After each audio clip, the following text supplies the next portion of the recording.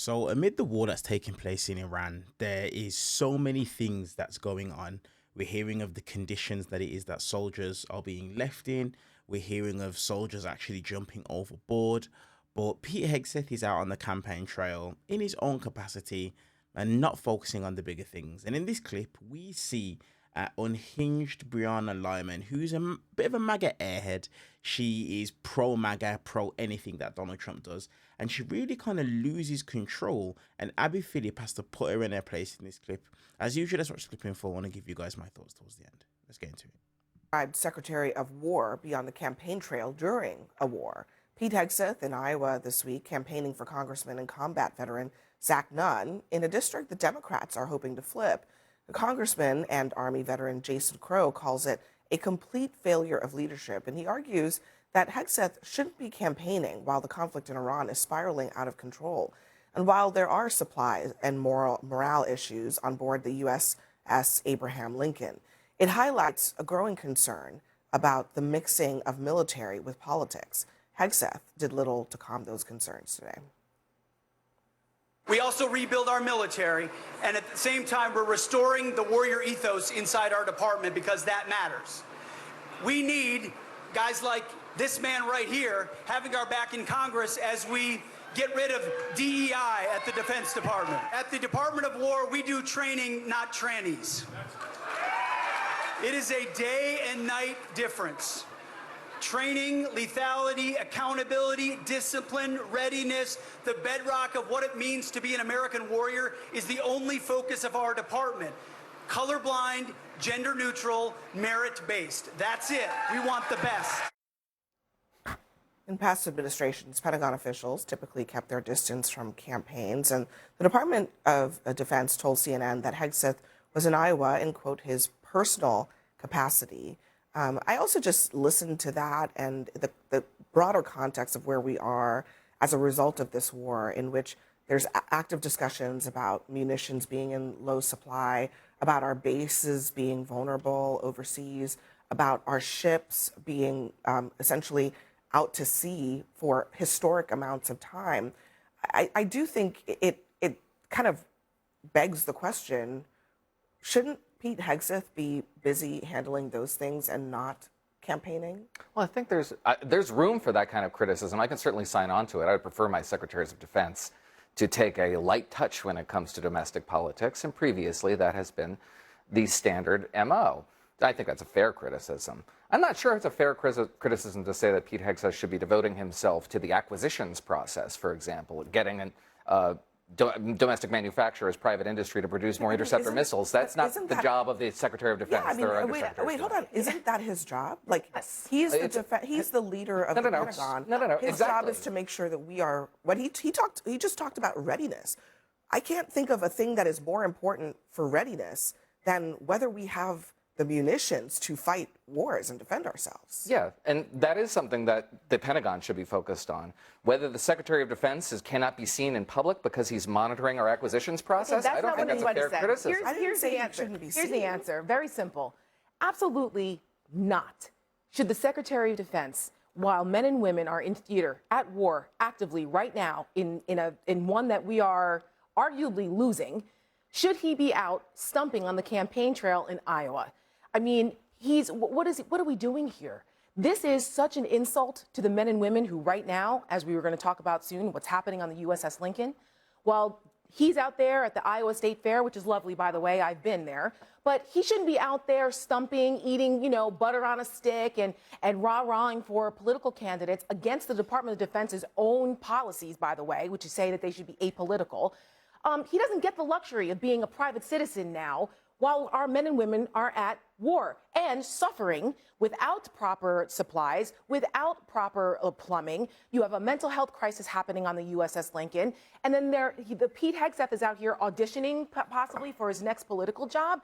Yeah, maybe he should stick to auditioning to be like a hype man or go back to TV where he deserves to be. Not Secretary of Defense. Not so long ago, the Secretaries of Defense, State, Homeland Security, and Attorney General were really not permitted to engage in partisan political activity. I would have loved to have my friend Tom Ridge, when he was Homeland Security Secretary, campaign for me, but he couldn't because of his role. I would have loved to have Bob Gates, Secretary of Defense, campaign for me but he couldn't. But he wouldn't dare, and he Charlie. Wouldn't, and I he wouldn't wouldn't ask. dare do it.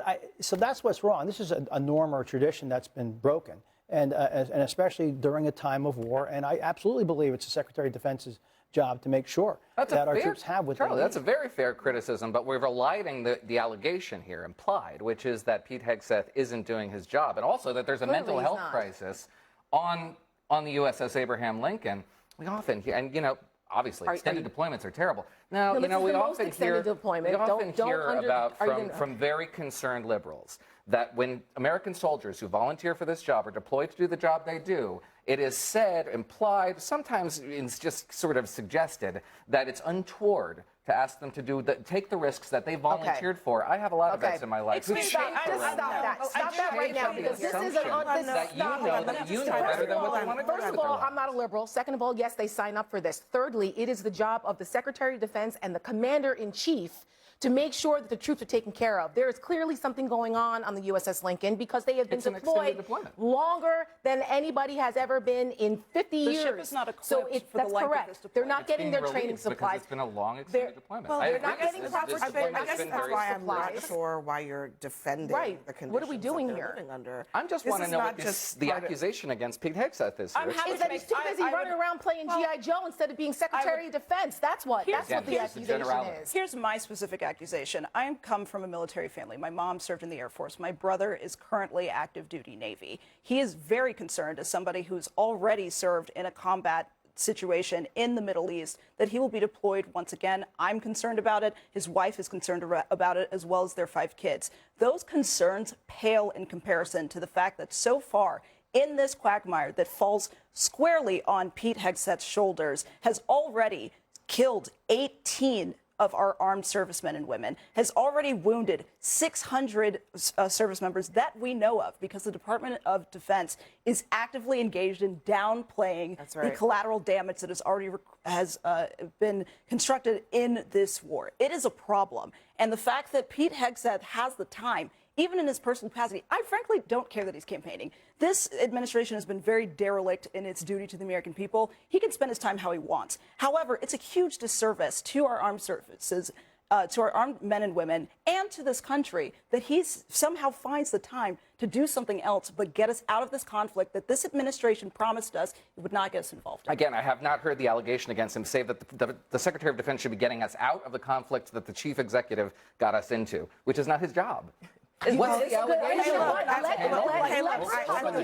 At the very Republicans least, run on that, Noah. The allegation is that while we are in theater, while we are in the middle of a conflict, he should be focused on that. He should be focused every single day on making sure that our men and women who are out there in theater are not being overextended. They're not sitting on boats that are not well equipped. We have the munitions that we need in order to fight wars. I mean, I don't think that's that controversial to ask. But, I mean, the implication of a lot of this is, what is Pete Hegseth after? Is this him trying to kind of dabble in politics because he thinks that there's a big political future for himself? And maybe he does. I also just want to note, like, a recent Quinnipiac poll, he's... well, second only to Donald Trump in terms of how low his approval rating is in terms of Trump cabinet officials. Just 34% approve and 56% disapprove. Pete Hegseth is not a popular guy, and he barely was confirmed to his job. Does he really have a national political future? Well, I think Pete Hegseth is someone who obviously served in our military, and he's campaigning on behalf of a fellow veteran. So I don't think that's necessarily surprising in terms of secretaries breaking protocol. Axios wrote an article in 2024 entitled "Biden's Cabinet Moonlights for Campaign Cash." So cabinet secretaries have gone out and, made themselves a little more political than maybe we would all like them to be. Lloyd Austin disappeared and no one knew where he was. That's worse. Anyway, let's be clear about Pete Hegseth right now, about the concerns about munitions, about the concerns aboard the USS Lincoln. I recall it being Pete Hegseth and Republicans asking for a bigger defense budget that Democrats fought when Pete Hegseth wanted to make sure that we had the defense budget so we do have accurate and adequate munitions. defense Let's also budget not that he forget kept that Democrats Pete out of, Hegseth, did let's not not brief forget Democrats that on. Democrats fought because they don't want to balloon the defense Yeah, budget. but that defense budget would not have made a difference when it comes to the USS Abraham Lincoln, and you know that. Pete Hegseth takes very seriously the our budget soldiers request. who has a barracks task Hold on force. a second. No. Everyone else got to speak without the budget request has nothing to do with the conditions on that ship right now. Yeah, and so the point address is, that. Sure. Don't let me connect. talk. Well, I'll let you talk, but don't connect two unrelated things. Oh no, they're absolutely Those things related. are not. They're not related because in this moment, his job is to run the Defense Department with the budget it has today. Sure. Okay, not the budget they want to have in the future. And so, with the budget that they have today, he advised the president to go into a war, and here we are. With our munitions depleted, we have ships that are out to sea for historic amounts of time. What is the explanation for that? I didn't hear a single concern about munitions being depleted when Joe Biden was sending them to Ukraine and depleted our missions. Second of all, to Noah's point, it is President Trump's decision. The buck stops with him in terms of the war. I guess that's actually a very good. Hold on. Hold on. That's actually a very good point because Republicans complained all day long about Ukraine buying munitions from the United States to fight their war. And I think there's a fair argument to be made about that. But how can you do that and then ignore the fact that this war that we are fighting right now has, in fact, depleted Iran our is a stockpiles? direct threat to the United States versus Ukraine. We're fighting a proxy war against a nuclear power with Russia. That's a big difference. Second of all, Pete Hegseth created, hold on, let's go back really quick to our military service members who deserve all the help they need.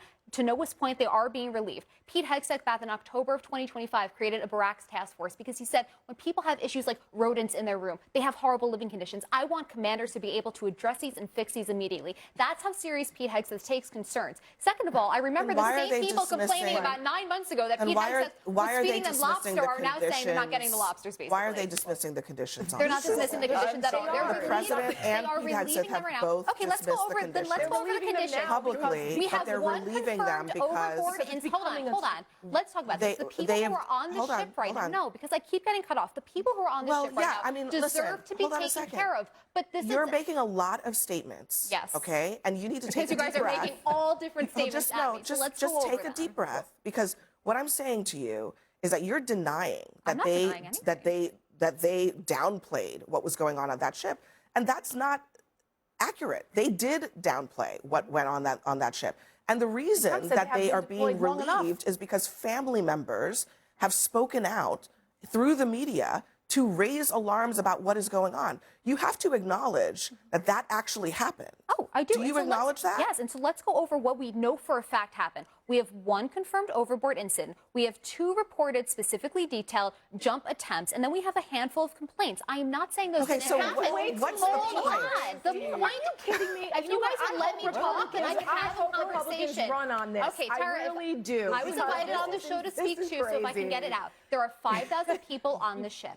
We have 3 in total overboard incidents that we specifically know of, and then we have some too many. No big deal. I didn't say it's no big deal. No big deal. What you're saying is that the Trump administration is how dare you accuse me of trying to pretend like I'm downplaying it? What we're talking about is if you're doing a statistical comparison of 5,000 members, 3, you're saying the Trump administration is downplaying it. Okay, so we have to wait until more people try to jump off the ship in order for it to be a real issue? Is that what you're saying? Are you saying that the Trump administration said that this? They didn't say this didn't happen. But what they're trying to say is that I think there is a lot of people making it seem like 2,500 members are jumping off the ship. In top U.S. Central Command Admiral Brad Cooper, a senior admiral, said that after he visited the Lincoln, it has, quote, among the lowest number of cases related to mental health issues. They're not saying it's non-existent, but they're saying comparable to other Navy they called it concerns. If you want to ignore them and downplay them, I don't think that anybody wants to be in a position where we have to wait for hundreds of people to try to kill themselves on a ship. Well, you're assuming that hundreds of people are going to try to kill themselves. I'm saying that would be a mental health crisis on the ship. That would be more than a mental health crisis, okay? Clearly, you guys haven't talked to people in the military. I do think that it's kind of like bizarre to say not enough people have been trying to jump off the ship. That's actually not what I'm saying. That's a weird thing to say. If you're not familiar with the name, okay, Charlie, go ahead and give us a last word, and then we're going to move on. Can we get back to this munitions question for a second? You know, I am quite happy that we were sending weaponry to the Ukrainians to degrade Russia's military capacity. They did a remarkable job. That advances America's national security interest against a threat that attempts to undermine us at every opportunity. And instead, we're blowing off a lot of our munitions in a poorly conceived conflict. Does Iran not threaten the United States national security with their proxies? We don't go to war like this. Exactly. So we go to war for Ukraine, but not for the United States. No, you talk to the American people. You talk to the American people. You get an authorization from Congress. You talk to your allies. You don't go in and then after the facts, I need to build support. So our allies get to decide whether or not I also just want to note before we go, you get into the war, that as Charlie points out, Congress approved aid to Ukraine, to Democrats and Republicans. So this is not a Biden did this on their own kind of thing. This was something that Congress approved on multiple occasions. And so it's substantively different from what's happening right now with this war that Trump never went to Congress on, never sought approval for, and is being carried out and with no end in sight, frankly. So we'll leave it there. But next for us, Georgia Senator. So Sid is so annoying. Sid, Brianna Lyman, whatever you want to refer to her as. And the reason as to why is because there's so many things to take a look at with the way that it is that she just went about things herself there. Number one, exactly like the panel stated when she tried to put the point across, when it comes to Ukraine, they went to Congress. Republicans and Democrats both were aligned on the threat that Russia held towards Ukraine. Not only that, they also then spoke to allies as well. That's the reason as to why there is a team effort. Well, it was. The United States aren't really acting like a team nowadays, but there was a team effort around the world to be able to aid Ukraine in what was actually taking place. Now, the thing for me when it comes to these guys, when it comes to Maga, is this. They will bend over backwards and break their back to try and defend what this administration do. But the problem is this administration are at a point where they just don't give a F. That's the reason as to why they referred to these reports as fake news. And the problem that Brianna Lyman has is this. Yes, you're correct. It may not be hundreds or even thousands or may not even be double digits amounts of people that have done this. Correct? But the problem is that when a case is brought up by the press, the need to just go straight away and refer to it and call it as fake news, that doesn't help your argument. And it doesn't help you as someone who's trying to defend this administration when people come out and make these accusations. But Brianna Lyman will sit there like she did today, fight tooth and nail, all to be humbled by Abby Phillip and told that she needs to take a breath because she's becoming unhinged, defending something and someone where they've already told on themselves, calling it fake news. Let me know your guys' thoughts down in the comment section below. See you guys in the next one.